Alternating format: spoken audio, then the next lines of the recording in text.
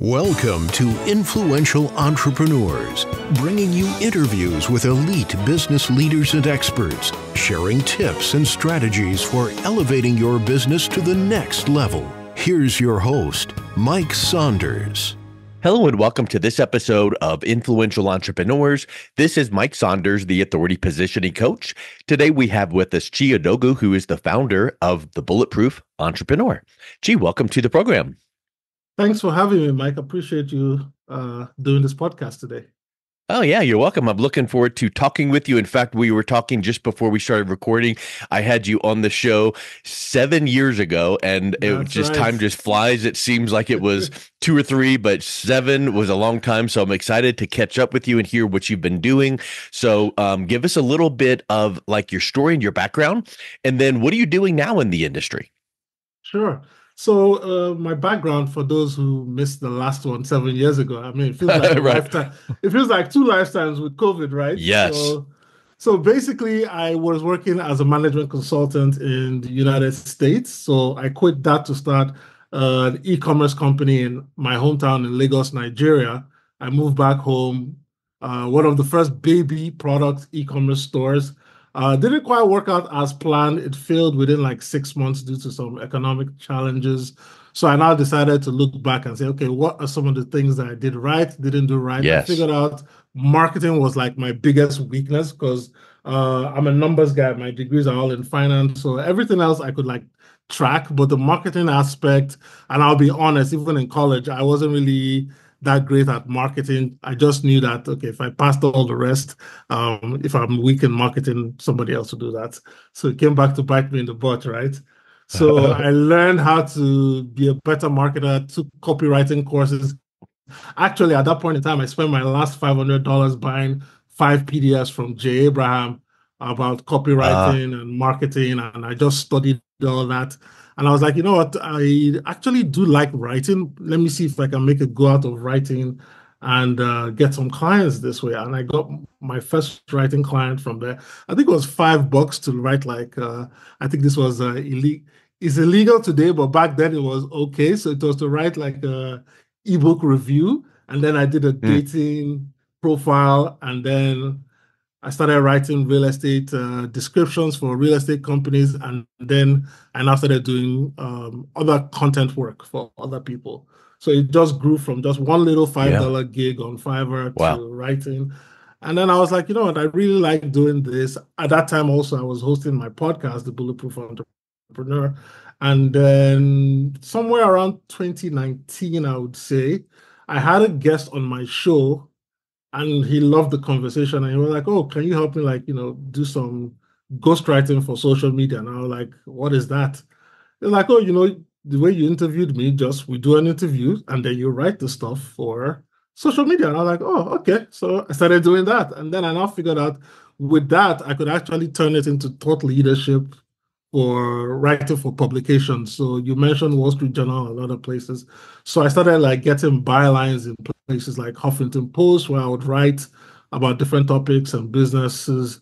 And then people started reaching out to me saying, hey, we want to also be contributors. Can you help us write our thought leadership pieces? And then I started getting clients that way. Wow. From a $5 Fiverr gig to Forbes, Success Magazine, Wall Street Journal, Bankrate, Fox Money, Entrepreneur. That's a success story. And I don't know that I would ever recommend anyone spending their last $500 on something. But if you did, then Jay Abraham definitely is the one to do it on. So I follow his work, and he's just spectacular as well. So and then you said something else when you had that, air quotes, failure after 6 months on the e-commerce store. You didn't really dwell on that as a failure. You were like, let's see what worked. Let's see what didn't work. Let's learn from that. Yeah. And you either win or and people go lose. No, you win or you grow, or you learn. Yeah. You win or you learn. And you learned lessons. You've turned that into lessons. And now you're helping other entrepreneurs become bulletproof. Great. I love that. How are you working now with entrepreneurs in your consulting agency? Okay, so with the advent of ChatGPT and AI, Yeah. in 2022, I noticed one thing was that, you know what, this thing is probably going to affect everything we do in knowledge space. So when it comes to Yeah. writing, right now it's already very good at writing. Not the best, but very good, at least for the basics, right? But also it's going to help unlock a ton of efficiencies for people. And a lot of people, like every other new technology, they're hesitant to learn how to use it. So I figured, okay, this writing thing, I don't know how long I'm going to be able to do it, but I know that there's going to be something here with this new emerging industry. And if people can figure out how to be more efficient with it, not just writing alone, but like interfacing some of these AI systems like OpenAI, ChatGPT into creating what they call AI agents, where rather than take, for example, Mike, if you were to do research on me for this podcast, you would go spend some time on the internet, Googling and all that. We can easily set up a system in 5-10 minutes and say, hey, anytime I have a podcast guest, quickly research the person and write a summary for me, and then put it in a Word doc and send it to my inbox so I can take a look. And all that takes like 10 minutes to set up. So you could do that for different things. And you find out rather than you spending time to do those processes yourself, you have an AI bot, so to speak, doing all that for you. So now you have free time to do more stuff. And then you can also use it to like expand your creativity as well, because you can now say, okay, I've always wanted to explore. So take, for example, personally in my life, I've always had like a couple songs kicking around in my head since grad school. This is back in 2007. But I'm like, I wrote one stanza and that was it. Now with the new AI music generators, I was Right. like, you know what? I want to complete this song. So I'm like, how am I going to? So I said, hey, teach me how to complete this song. I have this stanza. So it now said, oh yeah, it has a good hook and everything, but this is how you can structure it. And these are the type of beats that will go with it. And then over the summer, I worked on it and I was like, you know what? I have a song. So I actually released 3 songs instead of one, because Wow. after I got the first one down, I was like, the other 2 ideas I was kicking around, now that I know how to do it, I can easily do it because the system is already there for me. So I was just But like, this let's will even help me. pause on Oh, that, because okay, here you're making sure. a point that I think a lot of people are misunderstanding about AI. I feel like people hear about AI and go, oh, you put this prompt in, you go submit, you go copy paste and put it out there on your social media, your website, your blog, and AI and Chat GPT becomes your brain. And that's not the case. What you just described there was it was giving you some help to clarify some ideas, and then you looked at what the prompts came back with, and then you, with your knowledge, were like, okay, yeah, okay, now that makes me think of this, and now from my experience, I'm going to do it this way. It just guides the process. So Yes. I feel like people think AI will take over the world and replace everyone's jobs, but in reality, AI will make people like you and me that are thought leaders do our work even more efficiently, because it gets us started, does some of the legwork, and then we come in with our expertise to polish it up. But AI is never meant to go copy, paste, send. Yes, 100%, 100%. Yeah. I think of it like it's a creativity multiplier, Yeah. just like you said. Yeah. Once you have the nugget and you give it, it doesn't have brain fog, it doesn't get stuck, it Yeah. doesn't have writer's block or anything like that. It will keep generating. And as long as you have a prompt to keep generating, you yourself will start thinking, oh, okay, I have this idea. It's helped me go this Yep. step. Now I can take it from there. The human is the most important thing in the Yes, mix. If you because guess outsource your what? I brain, couldn't write one line of a song. So if I put something in, like what you were describing, and it says, okay, well, the next line you should consider writing something like this, I would still be drawing a blank. So it wouldn't be the solution for me. So I just love how, and in a business and a marketing sense, I use it all the time, but it's just a starter when I can go, oh yeah, I see where it's going here. Now I'm going to bring in my expertise and polish up that section, this section, and then you're always making it your own. And I think that's huge. And then the other thing that you were talking about is it just kind of goes out and does some of the busy work for you. Go out and research this person's bio, email it to me so that I have it for my interview. Well, that just saves time. Exactly right. So, like, even you, Mike, we can use you as an example. You're the authority marketing coach and strategist. You can create your own authority coach jingle or authority positioning jingle just by taking your bio and a few other things you've done, put it in the system and say, hey, I love, who's your favorite musician, Mike? Oh, I don't know. Pick anyone from the 80s. Let's just say John Bon Jovi. John Bon Jovi. So I love the John Bon Jovi's song. I'm even drawing a blank of John Bon Jovi's song. So let's create a jingle in this style of John Bon Jovi's song, Yeah. and let's make it catchy, and let's mix it maybe with a little bit of jazz or something else. And then it's in it wouldn't exactly be, of course, John Bon Jovi's voice, right? But it'll give you the vibe of his style. And see, what you just described there, though, is called prompt engineering. And I feel like it's like if you had 10 people that I said, please help me create a jingle for my company, and all 10 used ChatGPT, you would probably get 28 different responses, because one person would put the prompt request in one way, another one would have a different wording, and you would get different results. So the output really is dependent on the input. Yes, exactly right. So what are you doing to help the clients and the companies that you work with use AI? So the first thing first, it starts with teaching them how to use it properly, because like you rightly said, a lot of people think it's just put in a random prompt and you get, the AI to do the work for you. So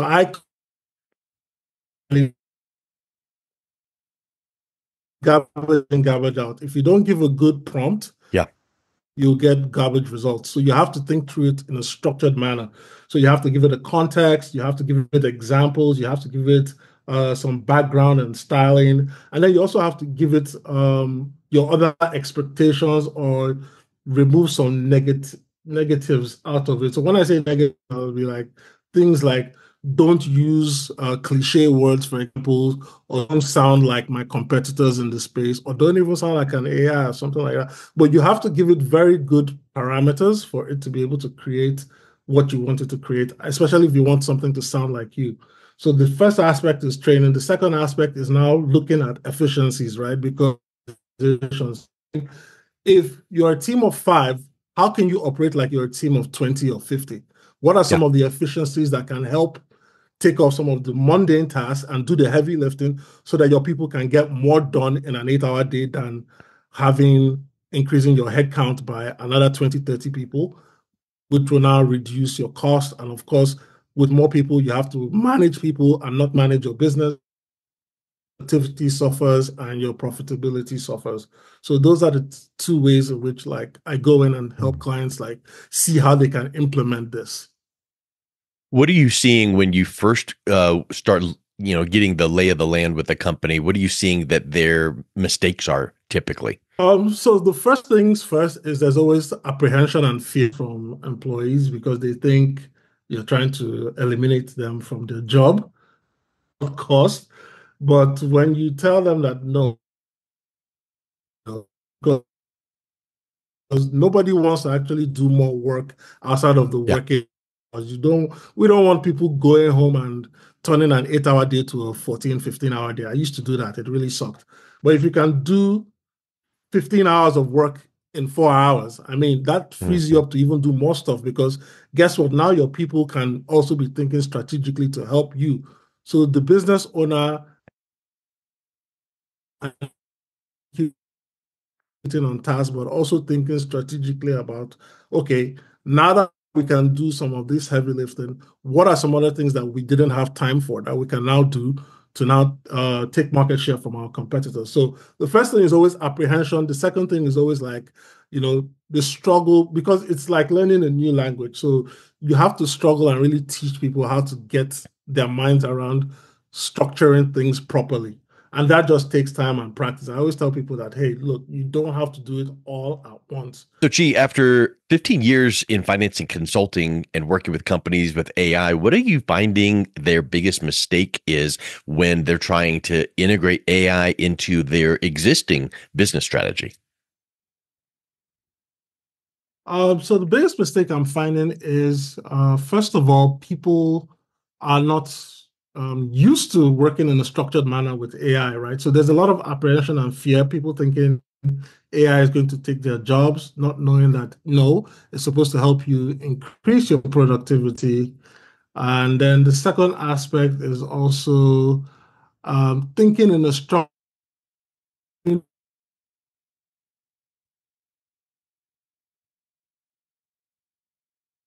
Think that's where a lot of companies struggle. A lot of people know that yes, you can use it to create content, social media posts, etc.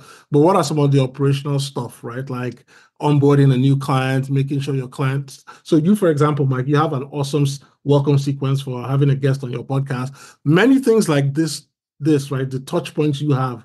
A lot of companies could do that and facilitate better relationship with their customers if they're able to create more of these touch points, if they're better prepared for discovery calls or even meetings with clients to collect information and data. So they don't know exactly what comes into play to help them succeed. All they know is they've been doing business one way. So my job is to primarily come in and listen to how they operate and then I'll spot some of the gaps and say, okay, in this particular section of your operations, walk me through your operating procedure. I'll say, okay, now that you have these 5 steps outlined, we can actually turn that into one step with, make automation with ChatGPT as the engine or Claude as the engine, and then you go in and just verify and you're good to go. So figuring out how to like logically put the AI agents and systems in their operations is one of the biggest places where they need help, clients need help with because they can't think about that themselves. They just know that they've been doing business one way and it works for them. But you know what? If we can cut this down from like 5 hours to 30 minutes, guess what? They can actually get double the amount of clients they can work with. So things like that. Yeah. That's really huge. And I think a lot of times people don't realize kind of like the concept of opportunity cost, meaning if I'm working on this, then I can't be working on that. And when you use AI to speed up and make the first task more efficient, now that frees up your opportunity cost to be able to work on that other thing that might bring in that next client or, focusing on that 20% of your activities that bring in 80% of the impact. Exactly. So where do you find or where do you see AI going these days? I think it's speeding at the speed of light. And I think that's a lot of times 2 years ago, people wouldn't have dreamt of where we are now. Where do you see AI supporting business in the next 3 to 5 years? Mike's the first billion-dollar one-person company. That's how fast this thing is moving because you can literally, again, I'm an advocate of not replacing employees with AI, but it is getting so good that you can actually have your sales team become an AI voice agent, where rather than you employing, let's take, for example, what people do is they outsource their call centers to Asia, like the Philippines, and they pay people $5 an hour to do the work. You can have an AI where you're paying it 1 cent an hour, and it can do the work of 30 call center people, and it'll never take a break, works 24/7. So you can imagine the amount of volume and data it's generating. And you now have another agent looking at the transcripts and saying, hey, you know what? These are some of the things people are saying. There might be an opportunity for us to actually create a new business or a new vertical.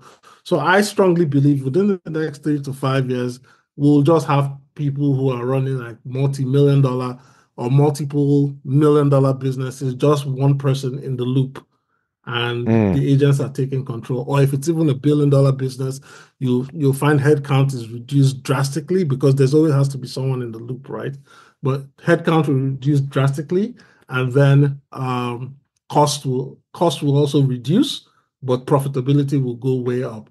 But that will also free up time for other people to be more creative. So people like you and I, people who have never explored certain parts of their creativity or certain aspects of businesses that they want to try out, there'll be very low barriers to like experimenting in your business and saying, oh, I want to try these 5 services. Let me try it for like a month or 2 months and see if I can get clients with it.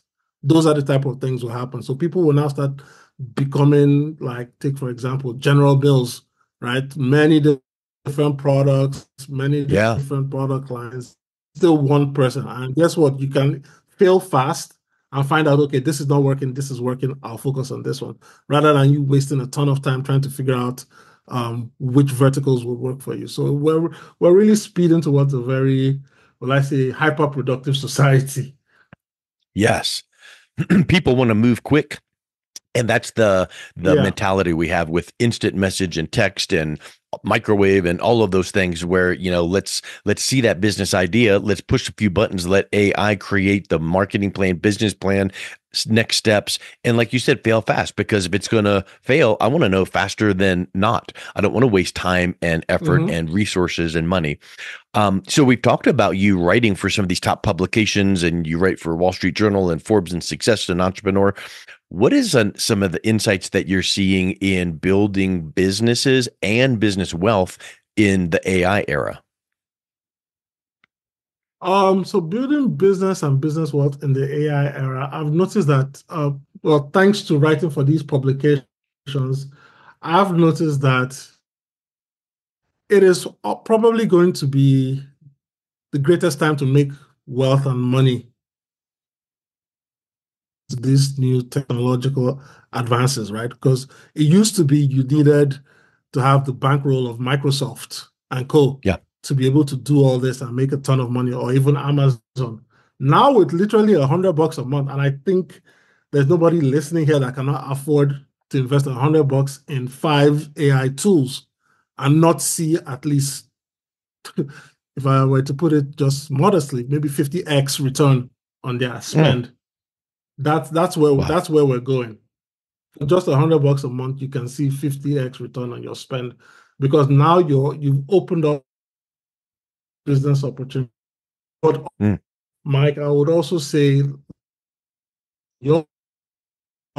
because of tools, it's like if everybody is a superhero, it makes society kind of meh a little bit, right? So you need to also be able to position yourself, and you need to also be able to stand out, in as much as everybody has the same tool bag as you do, and they have super skills, right?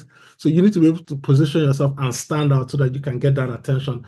And the only way to get that attention is to be doing things that you and I do, which is, taking positions in the market, becoming thought leaders, getting to show up in these places of high credibility, so that way you're getting a ton of visibility as well, because there's nowhere else to stand up. People want to actually connect with a human being, but when you have that authority positioning behind you, it elevates you above others, and then that plus the tools now gives you the added edge. So I think that's where it is. We're going to be in a time of unprecedented productivity and wealth creation. I strongly believe in that.